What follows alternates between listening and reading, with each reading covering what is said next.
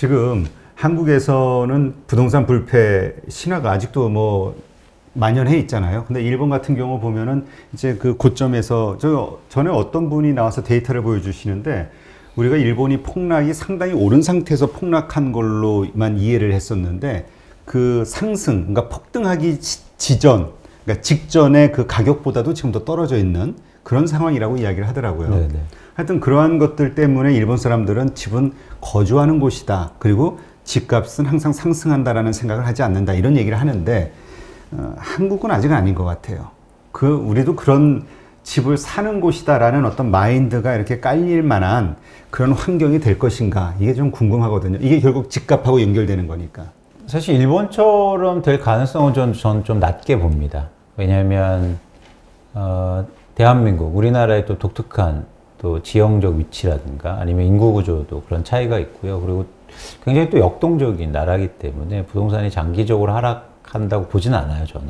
그래서 부동산을 제가 많은 분들은 뭐 부정적으로 본다 이렇게 말씀하실는지 모르겠지만 대표 주자잖아요. 네. 하락론자에. 근데 저는 변화를 얘기하는 거죠. 계속 오를 수도 없고 계속 떨어질 수도 없다.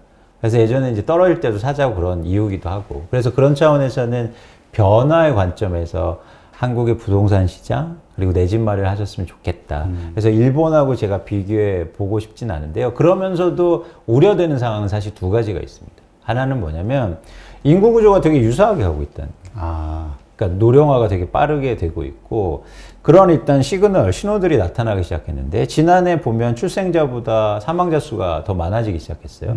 그럼 인구의 절대수가 줄기 시작하잖아요. 그렇죠. 그러면서 노령화가 급격하게 진행되고 그 안에 잘 보면 노령 세대들이 과도하게 부동산 자산을 많이 갖고 있고 그래서 과연 이런 상황 속에서 이런 어떤 변화는 일본의 버블 시기와 그 이후의 시기의 인구 구조하고 유사한 구조를 갖고 있습니다. 네. 그래서 여기에서 시장이 과잉하게 반응한다면 그렇게 갈 수도 있다. 가능성은 있다. 그런데 뭐 지금 상황에서 그렇게 갈 것 같지는 않다라는 거고요. 그래서 저는 어쨌든 여러분들이 좀 보셔야 될 게 부동산 가격이 계속 오르지도 않고 그리고 계속 빠지지도 않는다. 이렇게 보셨으면 좋겠다는 생각입니다. 네. 지금 그런 얘기도 있어요. 2050년까지는 인구는 줄지만 세대 수는 계속 늘어날 것이다. 그러니까 2050년까지는 집값은 계속 상승할 것이다. 이런 이야기를 하시는 분들이 의외로 많이 있던데요. 그 말씀이 충격적인데요. 그거는 예를 들어서 지난해 1인 가구가 급증합니다. 네. 최근 한 2년간. 그래서 일부에서는 주택 수요가 많이 증가했다. 근데 왜 2020년도에 1인 가구가 많이 증가했을까요? 여러분 어떻게 생각하세요? 갑자기 독립하고 뭐 이런 사람들이 많아졌을까요? 글쎄요. 왜 그러죠? 여러 가지 이유가 있겠지만 그 중에서 핵심적인 이유가 뭐냐면 세대 분리였습니다. 세대를 분리를 해야 청약권이 주어져요. 아파트 청약? 네. 가격이 막 오르고 로또 청약이 막 하니까 이제 아들하고 같이 살다가 야, 너 누나네 집으로 가. 그러면 세대 분리해요. 그러면서 청약 자격이 주어져. 그게 당장은 아니더라도 그런 준비를 해야 되는 거예요. 그런 세대 분리, 청약 자격 확보하기 위한 세대 분리가 엄청나게 많았어요. 근데 이게 과연 1인 가구로 주택 수요하고 연결되는 수요인가요? 그 정도로 많은가요? 그런 수요가? 많았습니다. 네. 그러니까 저희가 1인 가구라는 게 이런 독특한 현상들이 있기 때문에 또 장기적으로 보면 물론 1인 가구가 증가하는데 1인 가구가 증가하면서 주택 수요가 증가한다는 말은 저는 전혀 동의하지 못하고 오히려 주택 시장의 리스크죠. 예를 들어서 그 큰 아파트에 혼자 어떻게 삽니까? 그럼 그러니까, 범위가 계속 줄어들고. 근데 제가 이런 말씀 드리니까 야 1인 가구도 좋은 곳 사고 싶어. 방 3개 있는데 1인 가구 사는 거야. 아이 그건 몇 분이시죠. 절대 다수의 1인 가구는요. 소득 수준이 상대적으로 낮고 청년의 1인 가구란 말이죠. 그분들이 어떻게 서울에 아파트를 삽니까? 그런 의견은 어떻게 생각하세요? 이번에 코로나 사태 때문에 이제 재택근무가 좀 더 활성화될 것이고 앞으로 이제 그런 4차 산업혁명에 의해서도 그렇고 그러니까 직장과 집이 꼭 가까이 있어야지 된다라는 공식이 깨질 수 있다. 이런 의견을 가지신 분들이 많이 늘고 있더라고요. 그 미국의 경우를 보더라도 네. 이게 과연 한국에서도 그런 식으로 될까? 그렇다면 이제 조금 이런 것들이 도심에서 벗어나서 외곽으로 빠져나가게 되는 전원생활로 이게 하나의 그 트리거가 되진 않을까? 이 코로나 사태 이후로 우리의 바뀌는 마인드가 이런 생각하시는 분들도 있더라고요. 저는 그 투자나 부동산 시장, 뭐 주식 시장도 마찬가지지만 욕망의 변화를 얘기하고 싶지는 않습니다. 그러니까 코로나19 때문에 사람의 욕망이 변하진 않아요. 사람의 욕망은 어울려 살고 싶고 좋은 곳 살고 싶고 병원 가까운 곳 살고 싶고 이런 욕망이 있단 말이죠. 근데 코로나19 때문에 그게 욕망이 잠시 누그러진 거예요. 그 욕망은 변하지 않아요. 그래서 갑자기 뭐 저 바깥에 살고 이런 분들이 많아지지 않습니다. 욕망은 계속 여기 압축되기 때문에. 그래서 저는 그런 전망 때문에 부동산 가격이 빠진다 이거는 아닌 거고, 제가 그렇잖아요. 이게 제가 전제도 말씀드린 집값을 변화시키는 건 실수요자들이나 어떤 모효사역 이게 아니고 투자하는 사람들이 어떻게 시장에 많으냐 이건데, 코로나19 때문에 왜 그런 투자의 욕망이 더 커졌냐면 금리가 떨어지죠. 네. 그리고 불안하니까 그동안 올랐던 왔던 그런 자산에 대한 사랑이 더 커진 거예요. 그래서 이런 어떤 욕망의 변화, 그러니까 그런 어떤 투자의 변화가 있을 뿐이지 코로나19 때문에 사람이 기본적으로 욕망이 변할 것 같지는 않다라는 게 저의 생각입니다. 네.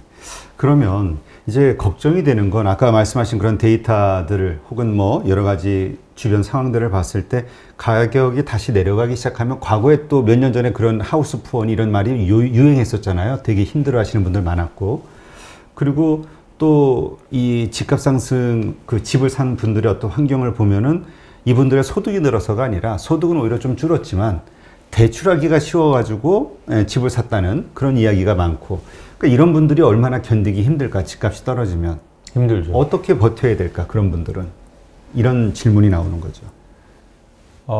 그래서 만약 그런 구간이 오면 집값이 좀 하락하고 금리가 이제 오르고 그렇게 되면 가장 좋게 가장 저는 제안드리고 싶은 방법은 그 집을 팔거나 하지 마시고요. 거주하셔야 돼요.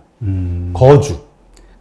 근데 거주할 때 가장 불안한 게 더 떨어질까? 역시 주식이 이거 지금 내가 1억 빠졌는데 이거 조금 더 지나면은 2억으로 더 빠지는 거 아닐까? 5억 빠질 거 아닐까? 이런 걱정 때문에 또 못 하잖아요. 네. 그러니까 그런 마음이 없어지려면 거주하면 됩니다. 아, 모든 해결책은. 네. 거주하면은 그래.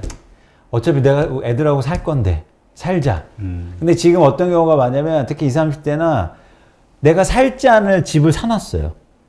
빚을 일으켜서. 근데 만약 이런 경우에 집값이 빠지고 금리가 오르고 부담이 커지면 갑자기 팔아버릴 수 있단 말이에요. 오히려 그렇죠. 싼 가격에. 그래서 빚은 다 갚고 내 자산은 반토막 나 있네.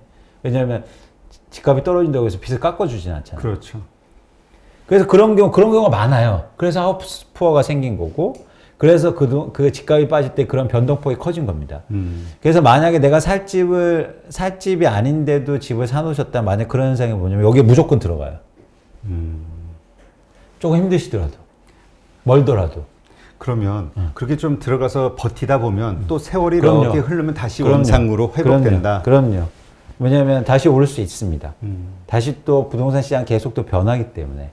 네. 그런 차원에서 여러분, 그러니까 그런 기간이 필요한 거죠. 그래서 만약에 그런 일이 제 예상대로 그런 일이 벌어지게 된다면, 그래서 과거에도 보면 집을 한 채 가지신 분들이 오히려 집값이 떨어질 때 집을 많이 팔아요. 그리고 또 그때 또 집을 누군가 싹 사고. 그게 이제 좀 재테크 센스 있는 분들이겠죠. 전문 사업자들이. 엄청나죠. 그래서 법인 사업자가 갑자기 막 증가합니다. 투자 목적으로. 근데 집을 오히려 한 채 계신 분들은 집값 또 떨어질까봐 집을 팔아요. 안타까운 그렇죠. 거죠. 근데 그때 팔을 때보다 지금 또 2배 갔잖아요. 네.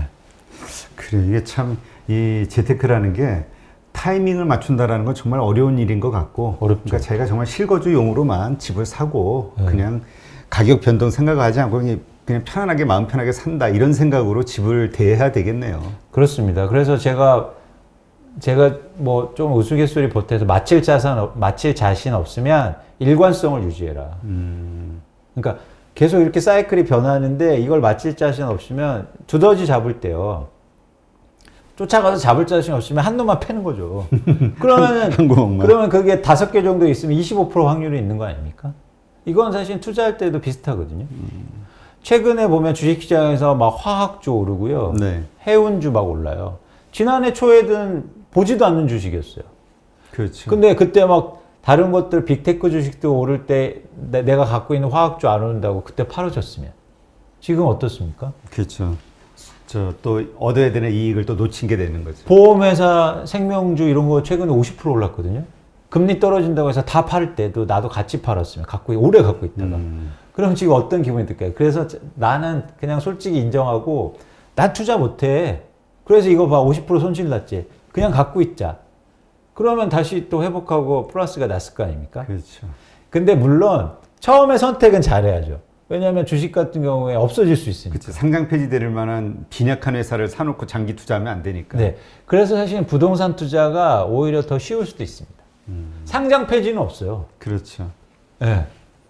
아예 없어질 수는 없어요. 그리고 최악의 조건에 내가 가서 살면 되니까. 그러니까 지금 좀 고점에 사신 그런 느낌을 가지신 분들은 그냥 계속 산다 이런 느낌으로 생각으로 계속 버티시면 되는 거고. 그렇죠. 그리고 만약 그 고점 있는 주택이 내가 살 집이 아니었다 해도 이제 방향성을 내가 살 방향성으로 좀 전환하는 그런. 다 해가지고 내가 그냥 들어가서 살겠다. 그렇죠, 그렇죠. 그래서 이제는 그 다음에 이제 아직 사지 않으신 분이라면 좀 참으시고. 이제 그게 저의 이제 주장입니다. 네. 네. 근데 요즘 그 주식 시장이 화랑을 막 그 불타오르고 있잖아요. 근데 거기에는 요즘 부동산 자금들이 팔아서 들어오고 있다 이런 생각하시는 분들도 꽤 되더라고요. 뭐 통계적이나 실증적, 그러니까 통계적으로 저희가 파악은 안 됐지만 제가 이제 감으로 저 주식회사에, 그러니까 증권회사에 있고 저는 이제 애널리스트고 그런 분들 이제 많이 만나면서 얘기를 하는데 실제로 다주택자나 부동산 투자를 많이 하시는 분들 중에서 그걸 이제 좀 처분하고 그다음에 주식을 하시는 분들이 많아지고 있어요. 네. 그 이유는 주식이 돈이 될 것 같아. 라가 아니고 아주 저는 그 기준 자체가 다른 거죠. 뭐냐면 시장의 변동성이 커지잖아요. 그게 주식시장이든 부동산 시장이든 불확실성이 커지지 않습니까? 불확실성이 커질 때는 뭐냐면 유동성을 확보하는 게 되게 중요합니다. 그렇죠. 언제든지 내가 액션할 수 있는. 그런 차원에서는 주식 투자가 부동산 투자보다 훨씬 더 유리하죠. 언제든 처분할 수 있으니까. 언제든 살 수 있고. 근데 부동산을 한 번 사놓고 갖고 있으면 잘 안 되지 않습니까? 그래서 진폭이 큰 거거든요. 주식시장이 폭락해서요, 나라가 휘청한 경우는 없어요. 그런데 부동산이 떨어져서 휘청한 경우는 많아요. 그렇죠. 그 금융회사 대표적으로 서브프라임이었고, 과거에도 일본이 그랬고, 그렇지 않습니까? 주식시장이 폭락했다고 해서 그거는 사후에 결과론적인 문제지 주식시장이 폭락했다고 해서 그 나라가 막 실업자가 늘어나고 이러진 않아요. 결과론적인 얘기지. 근데 부동산 시장 엄청 큰 그 이유는 뭐냐면 유동성이 적기 때문이에요. 한 번 딱 그 안에 들어가잖아요. 근데 쉽게 움직이지 못하니까 한 번 충격이 오면 충격이 엄청난 겁니다. 저한테 어떤 분이 그러시더라고요. 부동산 사서 망한 사람이 없다. 아니 그 근거는 뭔지 모르겠어요. 주변에 부동산이 떨어진 적이 없으니까 그런가 보죠. 뭐. 그건 최근 얘기죠. 그렇지. 글로벌하게 한번 보세요. 오히려 주식 사갖고요. 그러니까 물론 엄청나게 막 이상한 주식 사면 상폐되고 막 이러는데 우량 주식 사서 삼성전자 아니면 큰 회사 사서 폐가 망신하고 망한 사람 있으면 제발 저 좀 소개시켜 주십시오. 진짜 LG생활건강도 보니까 엄청 올랐더라고요. 10년 전에 비해서. 그렇죠. 그러니까 올랐다는 게 중요한 게 아니고 지금의 기준은 안정성 차원에서. 그렇죠. 네. 근데 그만큼 또 수익을 내고 있는 회사들이니까 돈을 벌고 있는 회사들. 그렇죠. 네. 그런 차원에서 여러분 부동산과 주식의 어떤 포트폴리오를 감정적으로 보실 필요는 없어요. 감정적으로 어떻게 저를 대하시냐면 너 증권회사 다니니까 자꾸 주식 사라고 그런다. 못 믿는. 아닙니다. 아니에요. 제가 그 말씀을 드린 게 아니에요. 저 예전에 부동산 사자고 그랬다니까요. 제가 그게 아니고 저 애널리스트로서 여러분 시장을 분석하고 여러분한테 조언해 드리는 거잖아요. 방향성을 확실히 얘기 드리고. 네? 지금 이 부동산 시장에서 그러니까 자금이 주식 쪽으로 몰리는 거 아니냐. 결국 이런 말씀하신 이런 흐름이 그게 결국은 부동산 시장을 좀 더 이렇게 그 열기를 가라앉힐 수 있는 요소가 되지는 않겠느냐라고 생각하는 거에 대해서는 어떻게 보세요? 그것도 이제 원인과 결과 그리고 상관관계의 원인 관계를 보셔야 되는데 부동산 그러니까 주식 시장이 올라서보다 원천적인 거는 부동산에서 먹을 게 줄어들고 있어요. 그러니까 돈이 움직이는 거죠. 그리고 불확실성이 크니까. 그렇죠. 뭐 누구나 다 고점 아니야 이런 생각들을 많이 하니까. 또 하나 뭐냐면 부동산 제가 강조드리면 부동산 속성 자체가 위기에 대응할 수 없으니까. 한 팔기가 어려우니까 위기 때가 되면. 어렵죠. 그래서 내가 많이 갖고 있으면 당연히. 근데 주식은 사실은 빨리 대응할 수 있지 않습니까? 그런 차원에서는 어쩌면 굉장히 스마트한 머니무브다. 네. 여기에서 과연 우리도 어떻게 대응할 것인가, 반응할 것인가는 좀 고민해 볼 필요가 있다는 겁니다. 네. 일단 지금 전반적으로 이제 다 이 현재 부동산 시장을 다뤄봤지만 우리가 말은 이렇게 쉽게 참으세요. 기회가 올 겁니다. 이렇게 얘기하지만 지금 집이 없는 상태에서 무리해서 집 산 사람들의 가격은 막 상승한 것을 옆에서 지켜보는 그 뭐라 그럴까 그 패배감 이런 것들 조급함 이런 것들이 아마 말로 형용하기가 어려울 거예요. 엄청 힘들죠. 이런 분들에게 정말 좋은 가격으로 집을 살 수 있는 기회가 올 것인가? 이건 뭐 사실 지나봐야지 아는 거지만 그래도 희망을 가질 만한 근거를 좀 다시 한번 좀 정리를 해주시죠. 물론 추세를 좀 지켜봐야겠지만 지금 시장에는 확연히 투자하려는 수요가 줄고 있어서 변화가 일어나고 있고요. 언제까지 기다리느냐, 너 말 듣고 2년 기다렸다, 뭐 이런 말씀 하시는데 물론 제가 틀린 건 인정합니다. 근데 부동산 시장을 물론 이제 사과의 말씀 드릴 수도 있고요. 근데 중요한 건 부동산 시장을 1, 2년 보는 건 아니잖아요. 그리고 그동안 좀 코로나19의 특수한 상황도 좀 있었고 정책에 좀 이런 어떤 반작용도 좀 있었고, 물론 그런 것들을 예측하지 못한 그런 잘못도 있지만, 근데 좀 길게 보면 마치 이런 거죠. 선을 멀리서 보면 직선이지만 안에서 보면 굴곡이 막 있잖아요. 네, 그렇죠. 네. 그래서 지금 여러분들 혹시나 너무 자세하게 봐서 굴곡을 보셔서 막 힘드실 수도 있다는 거죠. 근데 좀 멀리 보시고 이제는 오히려 그러실 필요가 있다는 생각이 듭니다. 근데 뭐 제가 예측이 또 틀릴 수도 있고 방향성이 틀릴 수도 있죠. 대신 한 가지를 말씀드린 게 아주 잘게 또 보더라도 여러분이 사고 싶으신 아파트가 가격이 확 올랐다가 가격이 좀 빠질 수도 있어요. 한 달 만에 그러거든요, 요즘 시장이. 그러면 그 몇 가지를 보시면서도 내가 무조건 사셔야겠다 그런 마음을 잡으셨더라도 제발 가장 높은 가격에 사지 마세요. 내가 그 신고가를 기록하지 말자. 네, 제발. 그건 한 가지 여러분들한테 꼭 말씀드리고 싶어요. 그러니까 꼭 내가 A라는 아파트만 사셔야 되는 건 없잖아요. 그렇죠. 대체제가 좀 있잖아요. 여러 가지 본 데가. 그 중에서 이런 걸 보시면서 여기 가봤더니 집주인이 3억 안 올려주면 안 팔아요. 그리고 부동산 중개 사장님이 이거 오늘이 제일 싼 거야. 이거 3억 올랐는데 그동안이 쌌던 거라고. 사실 이거를 선택하는 것보다 어때 가봤더니 물량도 좀 많고 지난주에 한 달 전에 최고가 했는데 여러분들 다 조회할 수 있거든요. 그렇죠. 취소가 됐어요. 응? 그래서 그러면 그런데 그 밑으로 좀 거래도 되고 오히려 그런 걸 선택하시면 좋겠다. 그래서 꼭 사셔야 된다면 내가 그런 분들 계시죠. 왜냐면 가서 살면 되니까. 예, 그런 분들 계세요. 실제로 지금 내가 전세 사는데 집주인이 나 들어오서 살 거니까 당장 나가. 6월에 나가. 8월에 나가. 3개월 만미를 주니까.